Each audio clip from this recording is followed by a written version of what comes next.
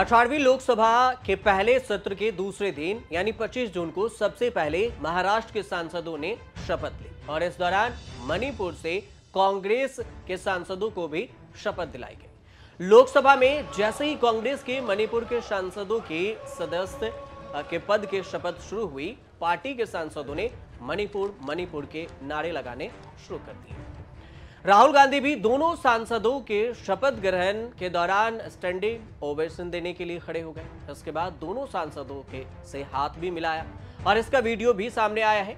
मणिपुर की दोनों सीटों से निर्वाचित कांग्रेस के ही सांसद हुए हैं। कांग्रेस के सदस्य जब शपथ लेने पहुंचे तो पूर्वोत्तर के सदस्यों ने परंपरागत शैली में गीत गाकर उनका स्वागत किया। आंतरिक मणिपुर सीट से निर्वाचित कांग्रेस के अंगोमचा विमल अकोइच और बाहरी मणिपुर से सदस्य चुने गए हैं कांग्रेस के अल्फ्रेड कंगनम।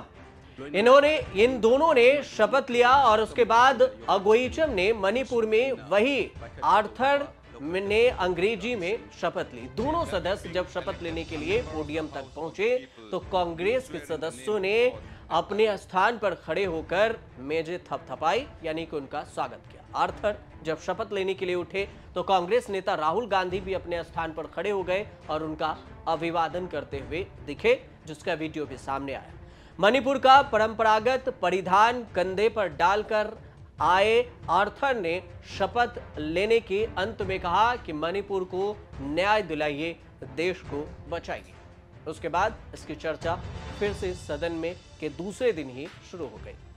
मणिपुर के सांसदों का और मणिपुर का जिक्र इसलिए क्योंकि पूर्वोत्तर राज्य मणिपुर में साल भर से चल रही जातीय हिंसा को समाप्त करने के लिए राजनीतिक समाधान की मांग को लेकर मणिपुर में हजारों आदिवासियों ने इससे पहले यानी कि 24 जून को रैलियां भी निकाली और एक साल से प्रयास जारी है। साथ ही अपनी मांगों को लेकर 24 जून को केंद्रीय गृह मंत्री अमित शाह को एक ज्ञापन भी सौंपा।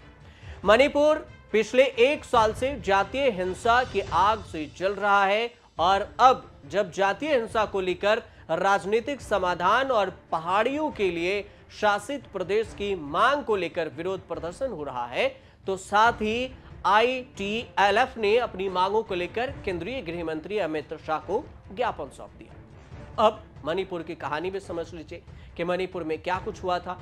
एक तरह एक साल से मणिपुर जल रहा है, वहां पर शांति की अपेक्षा की जा रही है, लेकिन शांति बहाल नहीं हुआ। राज्य में एक साल से हो रहे जातीय हिंसा को रोकने के लिए आदिवासी समूह इंडिजिनस ट्राइबल लीडर्स फोरम ने चूड़ा चांदपुर में एक विशाल रैली का आयोजन किया। मणिपुर जातीय हिंसा के राजनीतिक समाधान की मांग की और यही ITLF के नेतृत्व में कुकी जू आदिवासी समुदाय ने हजारों लोगों पहाड़ी मणिपुर के सीसी और इसके अलावा सीसीपुर में एक रैली का आयोजन किया और इसी में जिसके चलते जातीय हिंसा को रोकने की बात कही गई। केंद्र शासित प्रदेश की स्थापना की भी मांग की गई, लेकिन इस पर सरकार को ज्ञापन दिया गया है। आदिवासी प्रमुख ITLF का कहना है कि सरकार को राजनीतिक समाधान खोजने की प्रक्रिया में तेजी लानी चाहिए, क्योंकि हत्याओं और विस्थापन यानी कि पलायन का ये मामला एक साल से अधिक समय से चल रहा है और इसके बाद भी सुरक्षा की स्थिति में सुधार नहीं हुआ। नागरिकों को खतरा बना हुआ है और हर दिन लोग मारे जा रहे हैं। पिछले कुछ हफ्तों में जीरीबाम जिले में मतई बदमाशों ने 2 आदिवासियों की हत्या कर दी और एक अन्य का अपहरण कर लिया, जिसका अभी भी पता नहीं चल पाया। ये बयान आया। उसके बाद उन्होंने अपने बयान में आगे ये भी कहा कि हिंसा शुरू होने के एक साल बाद भी आदिवासियों के घरों और संपत्तियों को जलाया जा रहा है, नष्ट किया जा रहा है। लगभग 200 आदिवासी मारे जा चुके हैं, 700 से अधिक घरों को जलाया जा चुका है, नष्ट किया जा चुका है और हाल ही में जीरीबाम में भड़की हिंसा में आदिवासियों के करीब 50 से ज्यादा घरों और दुकानों में आग लगा दी गई, जला दी गई।